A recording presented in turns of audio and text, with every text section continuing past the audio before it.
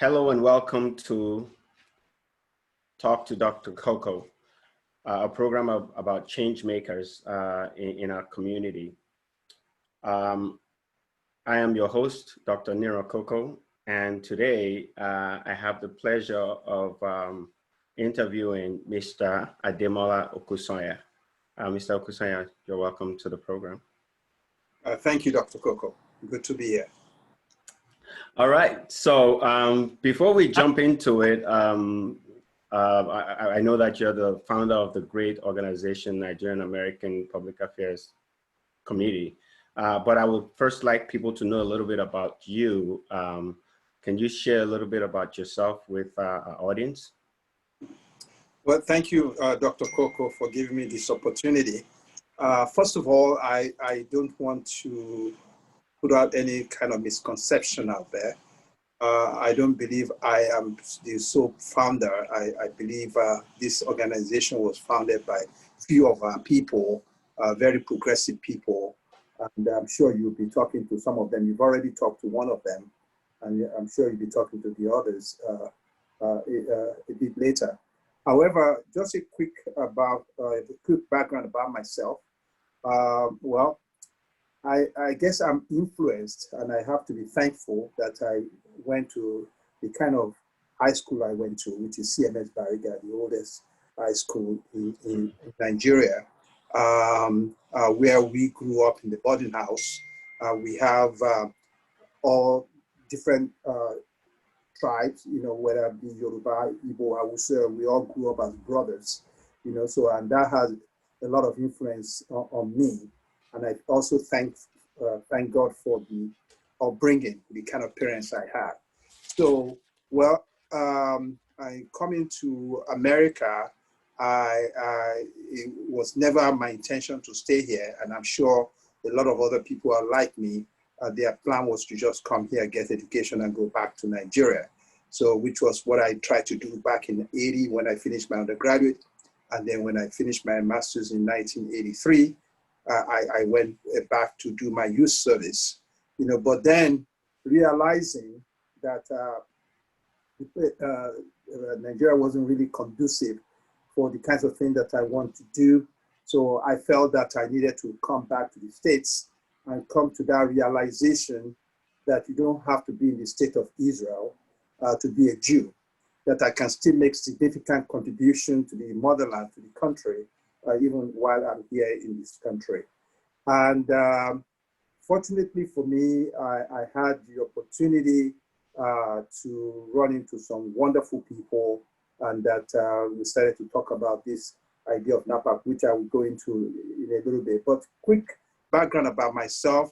I'm married with 3 wonderful boys, and I have 2 daughters now. My second daughter just married my oldest son, just about a few days ago. So, and now I have another daughter in the making. So I'll be having 3 daughters, and I don't call them daughter-in-laws. They are my, so I'm really, really blessed to have that. And I do have 2 wonderful grandkids as well. And I believe we're a really blessed family. Thank you. Thank you so much for sharing a little bit about yourself with our audience. And also thank you for correcting my initial comments about you being the founder. You corrected us by saying you are one of the founding leaders of NAPAC. But that said, so can you just share with us, as one of the founding leaders of NAPAC, what was the idea behind creation of NAPAC, or the Nigerian American Public Affairs Committee? What were you guys thinking when you created this organization? What was the big idea? Well, just a quick historical background. Yes, this idea of NAPAC came about initially when I heard on KPFK radio with a lady that was running for the position of, I believe it was Jane Harman, the congresswoman, when she vacated her position. And that position was open. I believe it was Governor Brown at the time that was trying to fill up that position. There were about 17 people that ran for that position, included was Janice Hahn, who actually succeeded. And there was also Deborah Bowen, who was then the Secretary of State. And then we also had, I believe it was the mayor of Rancho Palos Verdes at the time. But the person that actually got me very interested in her platform, in her campaign, was Mercy Winograd. Mercy Winograd is a Jewish American, and their platform very much resonated with me. And I contacted her, I told her that, you know, I know a lot of people in the Nigerian American community that would like to assist her with her campaign because our platform will resonate with them. You know, so within a relatively short period, we were able to raise about $6,000 for her. And we also able to get a lot of people in our district at the time. I believe it was the 32, but don't quote me, at that time, when she, that position that she was running for. But nevertheless, unfortunately, she didn't make it. She was a school teacher. The person that succeeded that position, like I alluded to earlier, was Janice Hahn. Janice Hahn has a household name, so everybody knew her. So and she was the one that succeeded, but she came fourth. The second was Deborah Bowen. The third was the mayor of Palos Verdes, and she came fourth out of the 17 people. But in the process, when we were talking, reaching out to our people, they felt like, hey, wait a minute, why can't we support our own? Why are we supporting other people and what have you? So, and that's where we said, you know, I think, yes, it's true that we need to begin to look into starting a political organization here in this country. I know at the time there were various Nigerian organizations that were out there, you know, but I recall one of our meetings in Oakland, you know, in fact, there were some NIDO members, there are quite a few of them in the room, and they asked, why are we starting another organization? We already have NIDO. And we were able to impress on them that the singular purpose of starting a NAPAC at the time was to build a formidable, sustainable institution, political powerhouse in this country. And our focus is right here in America. And NIDO at that time, a lot of their members just said, well, this is good, and they want to be part of it. And quite a few other organizations reached out to us at the time, and they also wanted to be part of it. Okay, so it sounds like from your description that your focus, the focus of NAPAC is the Nigerians in America. Is that accurate? That's correct. That was yeah, that was our purpose, because we have so many Nigerian organizations. We felt like we were so fragmented all over. So we wanted to be able to have a kind of like an umbrella organization that will bring everybody together, whether you are a Yoruba organization or Akwa Ibom organization, or whether you are AMPA, Association of Nigerian Physicians, like a professional organization, or Nigerian American Law Association, whether you are in Washington, D.C., or New York, or California, you know, so we were going to try to bring everybody together, whether you are Muslim, Yoruba, or whether you are even a Democrat or Republican or independent. We wanted to be able to bring everybody together, you know, because as you know, and I believe Mr. Duarte mentioned this during his talk with you, that we wanted to be like APAC, like American Israeli Public Affairs Committee, you know, and I guess maybe I'll talk about that a little bit more later on. Okay, so great. So being that your focus is at conception is in the Nigerian Americans in the United States, does NAPAC play or have any role or connection to the motherland, Nigeria? I mean, help us understand what the role of NAPAC in the United States versus in Nigeria, if any. Yeah, thank you for that question. Yes, our initial, I guess we can say we have like a short-term goal and a long-term goal. Our short-term goal, like you always heard this saying, that charity begins at home. We felt that we needed to be able to organize ourselves here, bring ourselves, get our house in order, and then we can begin to look towards what is going on in Nigeria. And as time progresses, I believe we are beginning to look into that as well.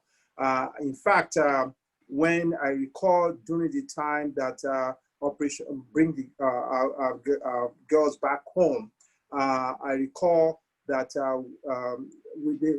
people reached out to us to say, hey, NAPAC, what are we doing about this with the Chibok girls, that are being kidnapped by the Boko Haram people? So, and I recall telling, I believe it was Dr. Solomon Obote Tukudo, that was our administrative assistant at the time.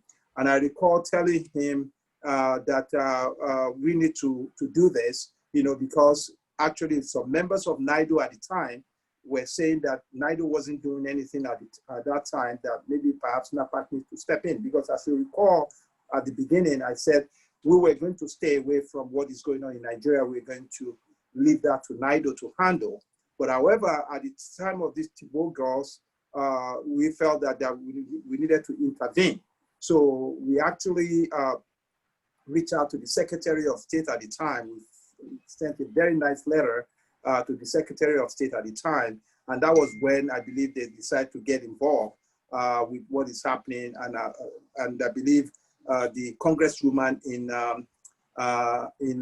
Florida, the name is not coming to me right now, actually taking the lead to really take that on. So, and also, like, in fact, just as late as this morning, we are actually trying to also do something with our NAPAC Foundation, which I don't know, maybe I'll be happy to also tell you about the different factions of NAPAC.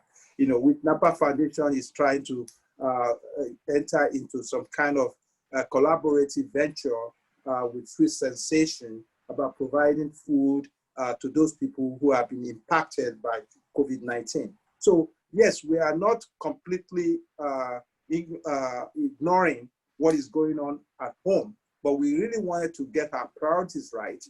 So where there are some areas where we feel like we can intervene right away and we have the capacity to do so, and there's an immediate need to do so, we will do it. But if not, we like to collaborate with other organizations. Actually, it was NAPAC initiative that we started this organization called Collaborative Council of Nigerians in Diaspora. And that's supposed to be an organization where the leaders of all the various organizations, whether it be AMPA, be Igbo Cultural, Omo Yoruba, Moremi, name it, even the Pharmacy Association, Nursing Association, their leaders, either the president or the vice president, will be a member of that council. So because the strategy was that, we want to be able to reach all Nigerian Americans in America, and we realize that there are some of our members, so there are some of our people that just don't want to be part of certain organization, and they rather prefer to be part of either a parochial organization or a professional organization, and that's it. So we'll be able to reach those people. So, and yes, we do collaborate with other organizations to do things back in Nigeria. But when it comes to doing something here, especially in the political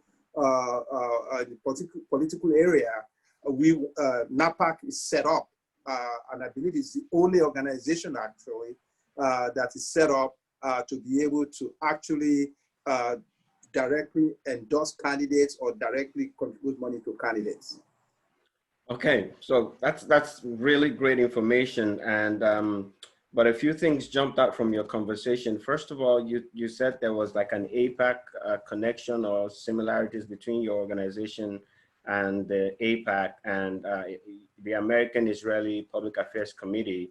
You mentioned, could you just briefly kind of touch on that? You said you were going to talk a little bit about it. I didn't want to lose that, your train of thought in that angle. Yes, I'll be very happy to, because I believe APAC,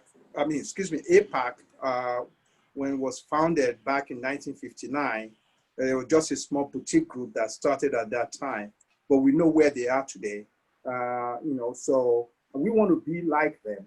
We want to be able to build a sustainable institution that will be there, that will definitely get our people to the table, where instead of being part of the menu, like people say all the time, that we want to be part of the guest that is invited to the table. So we want to be able to have the kind of impact that NAPAC has. And I recall that when we started NAPAC, we actually people got pretty excited about, oh gee, this is an organization that that is very needed in our community, and I recall how we struggled, in getting all these various organizations to help us to contribute, because they wanted to contribute, but they couldn't. So we actually have to check out what APAC was doing. And thanks to actually Dr. Koko yourself at that time that helped us navigate through the website for APAC and came up with the idea of having a NAPAC as a 501c4 organization, and also have a NAPAC, which is NAPAC USA, and then a NAPAC Foundation, which is a 501c3 organization. Because like association like Akwa Ibom, Moremi, they wanted to give NAPAC money, but they couldn't, because as if we were at that time as a 527, because we couldn't accept money from the this 501c3 charitable organization. So then we have to change and transition into a 501c4 organization. So I mean, I believe it was Yinka Faletti, who's running for Secretary of State in Missouri, that said something when we had one of our town hall for our candidates, that said that, well, we have about 7 people running here right now, but we quickly corrected him that there were quite more people running, but we just had room for just 7 people. But what he was saying was that it's fantastic that we have 7 people running right now. So maybe in about 5-10 years time, we'll have a lot more people running. And this is why I compare us to APAC, because I'm sure when APAC started back in 1959, maybe there weren't anybody in the U.S. Congress at the time. But when you go to U.S. Senate now, I'm sure there are a lot of APAC members there. Okay. Very, very interesting. Thank you so much for that. And you also answered my question that I was going to ask you in terms of, because you mentioned NAPAC USA and NAPAC Foundation. I think you clarified the difference between both and how they work together as well. And do you have another organization outside of the foundation that you mentioned, NAPAC Foundation and NAPAC USA, which is your flagship?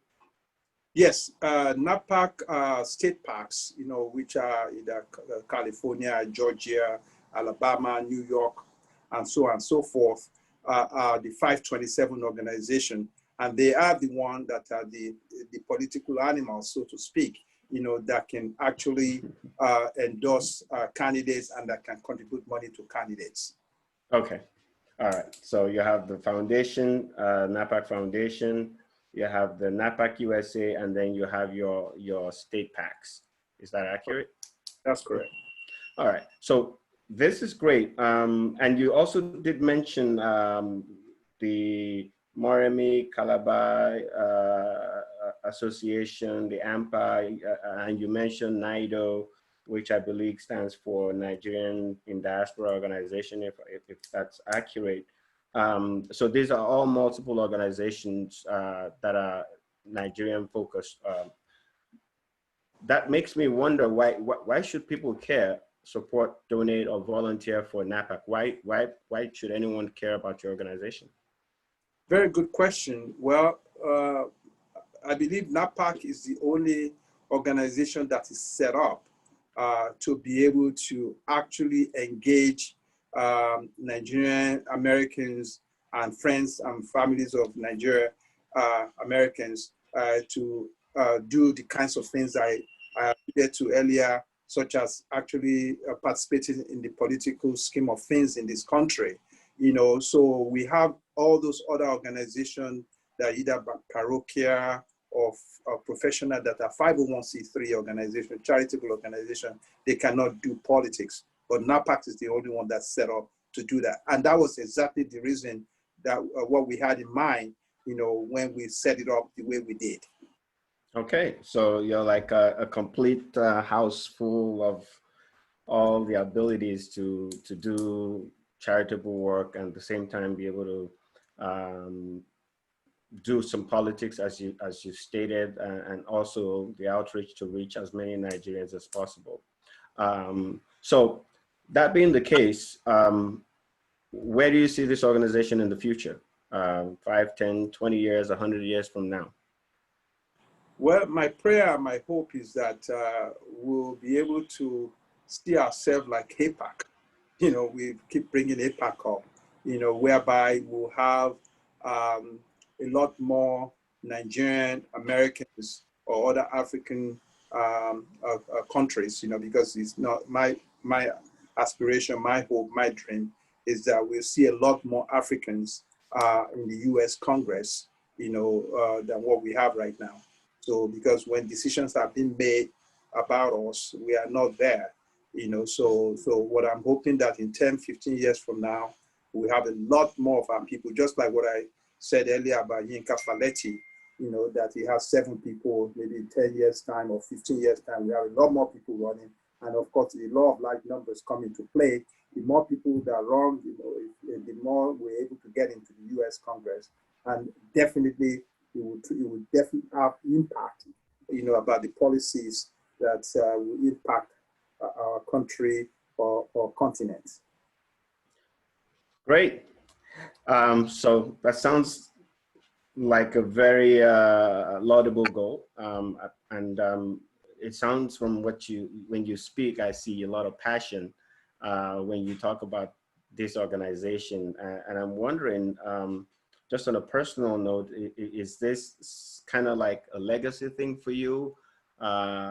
Or is this just a pet project? I would like you to share for us, part of your legacy as one of the leaders in the Nigerian American community out here in the United States. Well, quite frankly, it's not a legacy thing for me. I personally don't care about, what people eventually think about Ademola Okusanya. It's about our people, because it's just sad when I see the potentials that we have, and we are very, very far from utilizing or achieving those potential because of some issues here and there. And what I'm hoping that someday people will get the understanding that just like what Nkrumah said many years ago, that until all Africans are free, no single African man is free, that our destiny is all intertwined. So I'm just hoping that someday people will come to that realization, because we have a lot to contribute to the world, and we are very blessed people. We just don't know it, so I'm just hoping that someday will come when maybe I'm long gone, that, people would not be talking about the same things that we were talking about when we came into this country many, many years ago. Because when you see 1 or 2 Nigerians talking, they're always talking about problems. But I know for sure there are solutions out there. And if we spend more time looking for those solutions, we'll be far better off. And that's what I'm hoping that will happen. It's not really about Ademola.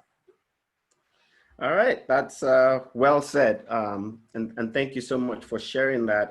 So we're coming to the end of this episode of Talk to Dr. Koko today. But before we wrap up, I'd like to kind of ask you: is there anything else personally that you would like to share with our audience, our viewers, or anyone that could be looking at this around the world and wanting to learn more about your organization or yourself as a person? What would you like to share? Well, I just like to tell your audience, that,